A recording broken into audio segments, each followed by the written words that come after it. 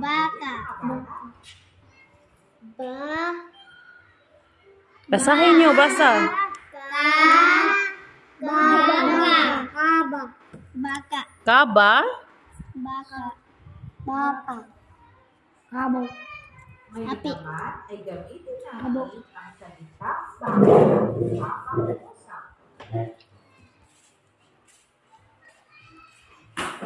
Paano gamitin? Basa.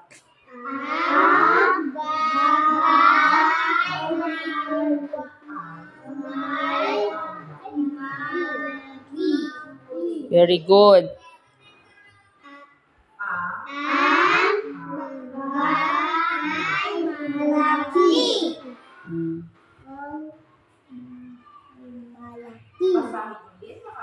Sige, basahin ulit.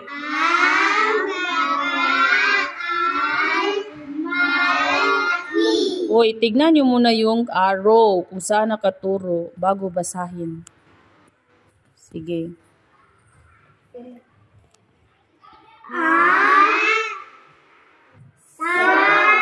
Sayan. Aso. Basa.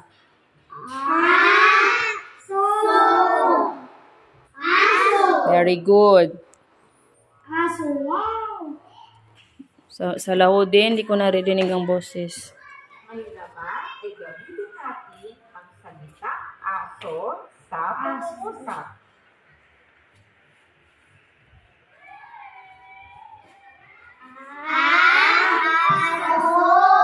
Oops. Tingnan muna yung mag-color.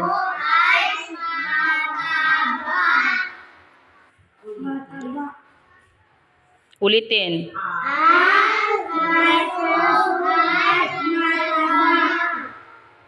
Kayo naman, mga bata. Kayo.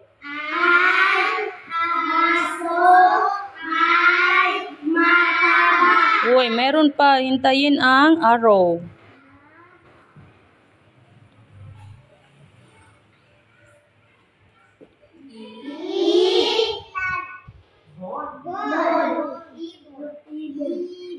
Very good.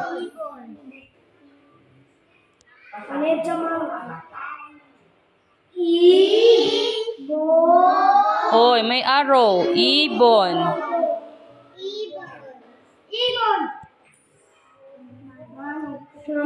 Hoy, hindi yan manok ha. Papanok. Hindi yan manok.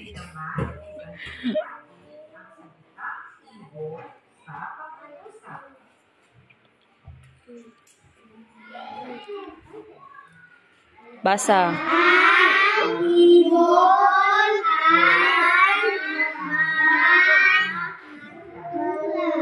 Makulay. Makulay, hindi makula. Merong Y. Very good. Basahin ulit. Wait, ang arrow. Ang ibon ay makulay.